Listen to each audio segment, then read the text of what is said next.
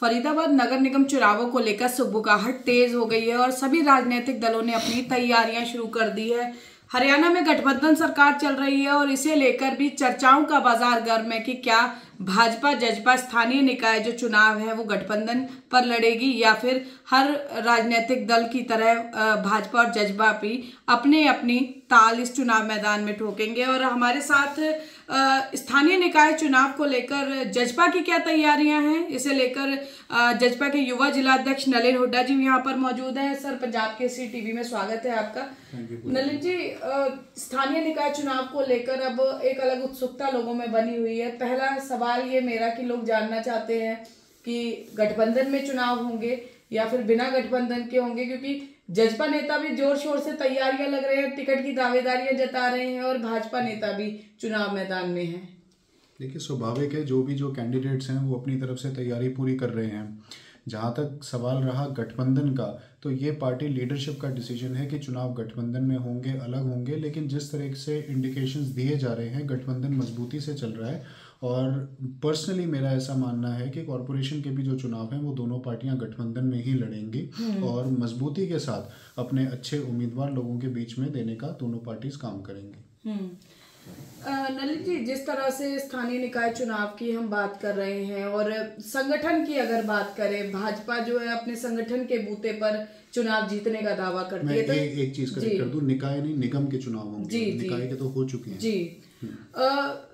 जजपा के अगर संगठन की अगर बात की जाए तो जजपा अपने संगठन को मजबूत करने के लिए, हर वर्ग के लोगों को जोड़ने के लिए क्या रणनीति बनाए हुए है? देखिए, इस बात का साक्षी तो आज पूरा फरीदाबाद है। जिस तरीके से पिछले साल 2 साल के अंदर ही जननायक जनता पार्टी ने जो अपना फुट होल्ड तैयार करा है फरीदाबाद के अंदर, वो किसी से छुपा नहीं है। आज हमारे जो लीडर हैं, हमारे deputy chief minister Dushyant Chautala ji, उनकी एक मॉडरेट इमेज है जो एक्सेप्टेबल बाय ऑल है फरीदाबाद में। और आज उनको एक young, dynamic, educated, hard working और प्रोग्रेसिव लीडर की तरह से फरीदाबाद में देखा जा रहा है, जिससे हर बिरादरी का, हर कास्ट का, हर रिलीजन का, हर जनमानस जो एक प्रोग्रेसिव अप्रोच को और एक प्रोग्रेसिव पॉलिटिक्स को, एक सकारात्मक राजनीति को हरियाणा के अंदर देखना चाह रहा है, वो दुष्यंत जी को सपोर्ट कर रहा है। उसमें हमारे जैसे कई युवा जो उनके लिए पदाधिकारी के तौर पे काम कर रहे हैं, बहुत से ऐसे लोग हैं जो पदाधिकारी नहीं भी हैं लेकिन वॉलंटियरली जननायक जनता पार्टी को सपोर्ट कर रहे हैं। और एक प्रोग्रेसिव एजेंडा और प्रोग्रेसिव अप्रोच को फरीदाबाद में जगह मिले, फरीदाबाद की पॉलिटिक्स में एक एजुकेटेड अच्छे लोग, एक प्रोग्रेसिव एजेंडा आए, उस चीज़ को सपोर्ट करने के लिए जननायक जनता पार्टी के साथ जुड़ रहे हैं। जहाँ तक बात है तैयारियों की, तो जेजेपी की तरफ से बहुत से ऐसे प्रोग्राम चलाए जा रहे हैं जो, जैसे मैं युवा जजपा की अगर बात करूँ तो दुष्यंत जी के निर्देशानुसार हर बूथ के ऊपर 5 युवा, 1 बूथ 5 यूथ, ये कार्यक्रम चलाया जा रहा है, जिसको हमने तकरीबन कई सारे वार्डों में पूरा भी कर लिया है। और हर बूथ के ऊपर इस तरह से जिम्मेदारियां लगा के और नियुक्तियां की जा रही हैं। तो जननायक जनता पार्टी बड़े ही स्ट्रांगली और बहुत ही एक अच्छी रणनीति के तहत अपनी टीम खड़ी कर रही है और बड़ी मजबूती के साथ इस कॉरपोरेशन के चुनाव में जाएगी।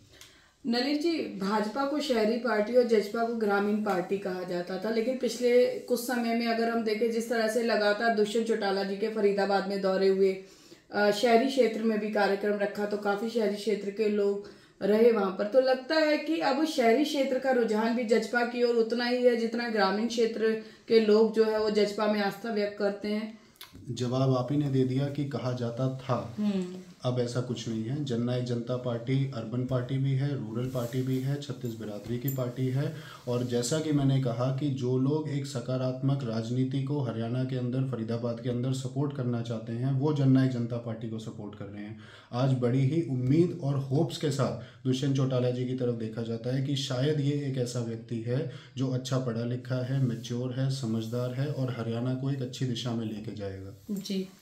अगर जो नगर निगम चुनाव है और वो गठबंधन पर नहीं लड़ा जाता है, तो भाजपा के नेता कहेंगे कि जो विकास कार्य हुए हैं वो सरकार ने करवाए हैं, तो श्रेय कौन लेगा? भाजपा लेगी, जजपा के नेता लेंगे?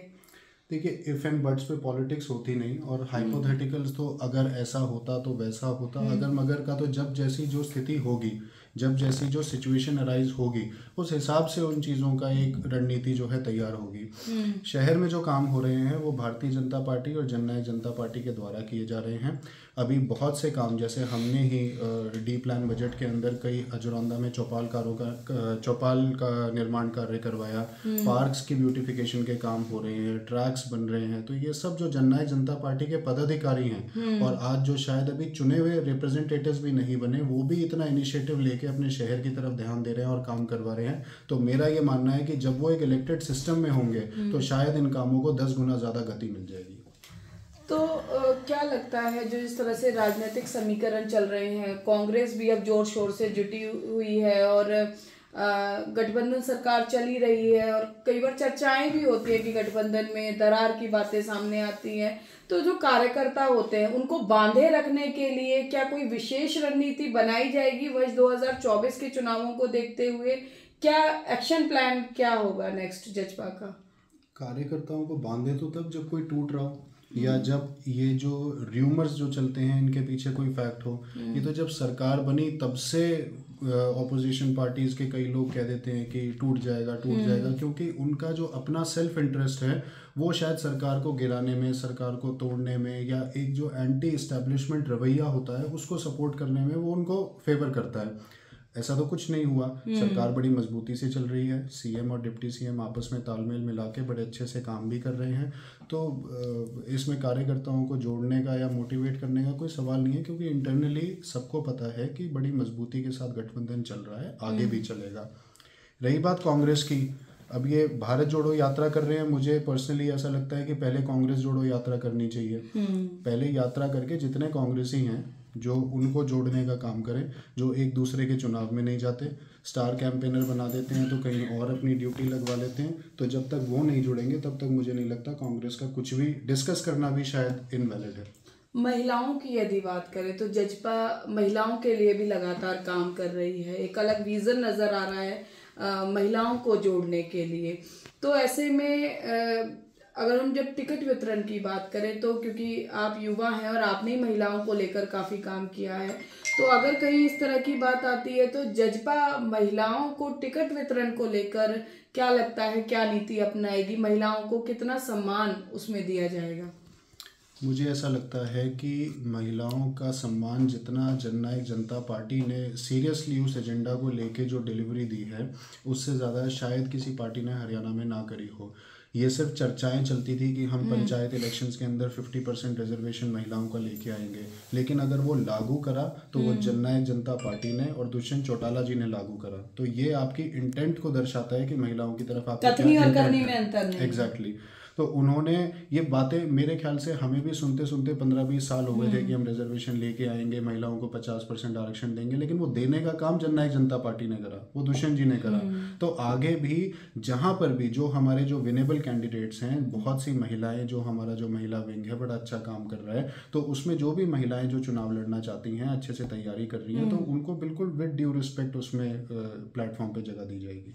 तो देखिए, जजपा के युवा जिलाध्यक्ष नलिन हुड्डा हमारे साथ थे। गठबंधन सरकार हरियाणा में काम कर रही है और संगठन की यदि बात की जाए तो सत्ता के साथ साथ संगठन को भी बेहतर बनाने के लिए दुष्यंत चौटाला के नेतृत्व में जजपा नेता जुटे हुए हैं और आने वाले समय में जजपा का संगठन और अधिक मजबूत होगा और 36 बिरादरी के साथ हर वर्ग को साथ लेकर जजपा लोगों के बीच में अपनी उपस्थिति और अधिक मजबूती के साथ दर्ज करवाएगी, ऐसा दावा है जजपा के नेताओं का। अब देखना यह है कि आगामी चुनावों में ये दावा कितना धरातल पर सार्थक साबित होता है। कैमरा पर्सन शिवम के साथ फरीदाबाद से पूजा शर्मा, पंजाब केसरी टीवी।